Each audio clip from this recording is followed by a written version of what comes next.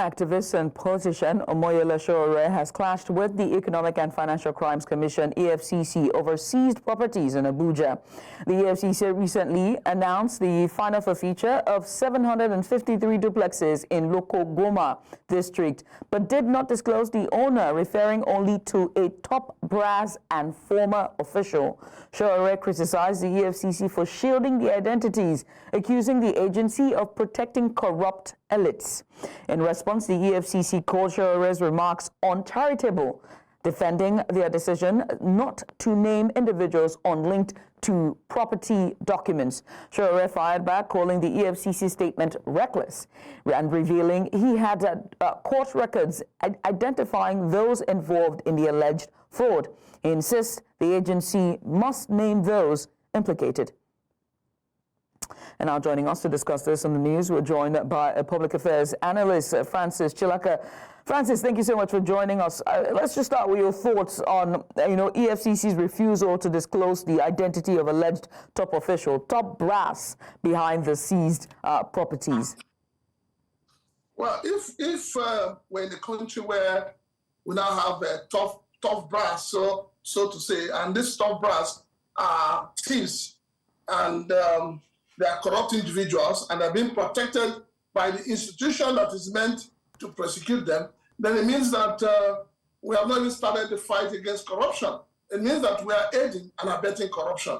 So if what EFCC is doing is they take pride in exposing small thieves, Yahoo boys and all of that, but the major thieves in our economy, those who are holding Nigeria by the jugular, those who have ripped and raped Nigeria, and they're covering them, then it means that the whole reason for having an EFCC has been thrown to the dogs. And so now let's also look at Sowore's end of this argument, right? How do public accusations like Sowore's impact, the credibility? How does his accusation, the credibility or impact the credibility of, anti-corruption agencies in Nigeria?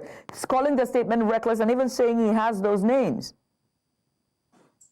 Well, we as Nigerians, the sovereignty of this country belongs to Nigerians. And, Sowore is exercising his right, to demand. Don't forget about the information bill, which states that when you request for an information, it must be made available to you.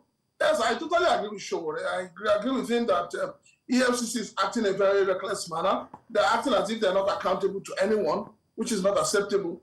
If you are telling us that you have, you are taking forfeiture of, there are forfeited 753 duplexes. We're not talking about one, we're not talking about two, we're talking about 753. And for the court to have awarded it to EFCC means that somebody must have shown face in the court. Who are these persons? We need to know who these persons are. So for me, I think that Sowore is in his right to demand. Nigerians are also demanding. It's not only Sowore. Nigerians are demanding to know who are the owners of these properties. Because if we don't know the owners, who are we persecuting? How do we fight corruption when those who are aiding and abetting corruption are being shielded by security agencies? So he's in his right, just like every other Nigerian that wants to know. We want to know those who have been stealing this country dry. Right. But Francis, at this point, we need to ask a very crucial and maybe critical or pertinent question, if you permit, which is, does the EFCC's decision to withhold names align with standard legal practices, or could it hinder justice or public trust? I mean, one has to worry. Privacy concerns? Already, there's a trust deficit between the Nigerian people and the government. And the reason why you have this trust deficit is because institutions that are meant to give Nigerian people information, that are meant to protect Nigerian people, are not doing that, are not doing it. So people on their own will go in search of news. And that is where you have things like fake news coming up, because the government is deliberately refusing to inform the people and keep the people informed. So the EFCC is not living up to its mandate. You cannot arrest somebody, you cannot take somebody to court, you cannot win a case against someone, and you are shielding that person from the public. I mean, it's like government shielding terrorists and all those who are in the northeast and south, killing people, kidnapping people, and terrorizing people, and you're shielding them. When you shield them, you're saying that we do not have institutions that punish people for offenses that they have committed. And just lastly, let's look at the political dynamics of this all. How might this confrontation between Sowore and the EFCC influence the broader discussions about anti-corruption efforts in Nigeria? Are we going to see more vocal voices? Because we know what happened the first time, or rather earlier a couple of months ago, was it last month, where a couple of states came together and we were saying that the EFCC's agency, it's illegal. What would happen moving forward? Well, when some governors, to be precise, came together and said that they wanted the EFCC scrapped, it's because some people now feel that EFCC has become an organization used primarily to hunt those who are not in agreement with the government of the day.